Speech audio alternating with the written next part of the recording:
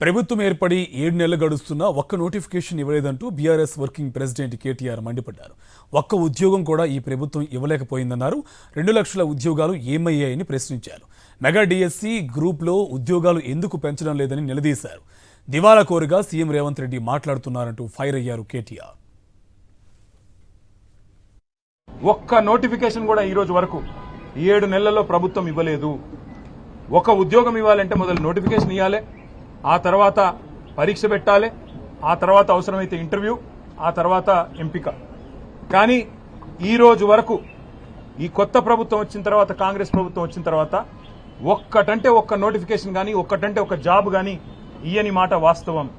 ఒక్క ఉద్యోగం కూడా ఈ రోజు వరకు ఈ ప్రభుత్వం ఇవ్వలేదు. ఇవాళ అశోక్ నగర్లో, దిల్సుఖ్ నగర్లో, అదేవిధంగా ఉస్మానియా యూనివర్సిటీలో పిల్లలు అడుగుతున్నది ఏంది? మీరు చెప్పిన మాటనే కదా.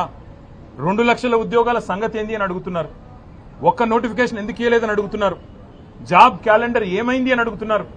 గ్రూప్ 2, గ్రూప్ 3లో పోస్టులు పెంచుతామన్నారు, దాని సంగతి ఏంది అని అడుగుతున్నారు. మెగా డిఎస్సి అన్నారు కదా మీరు మొదటి కేబినెట్లోనే, ఏమైంది మెగా డిఎస్సి? మీరే చెప్తారు కదా 21,000 ఉద్యోగాలు, 50,000 ఉద్యోగాలని. ఏవి మరి డిఎస్సిలోని ఆ ఉద్యోగాలని చెప్పి పిల్లలు అడుగుతుంటే వారి మీద ఈరోజు మీరు మాట్లాడుతున్న విధానం, ఒక ముఖ్యమంత్రి స్థాయిలో ఉండి ఇంత దౌర్భాగ్యంగా, ఇంత దివాలా కోరుతనంతో మాట్లాడిన మొట్టమొదటి ముఖ్యమంత్రి రేవంత్ రెడ్డి.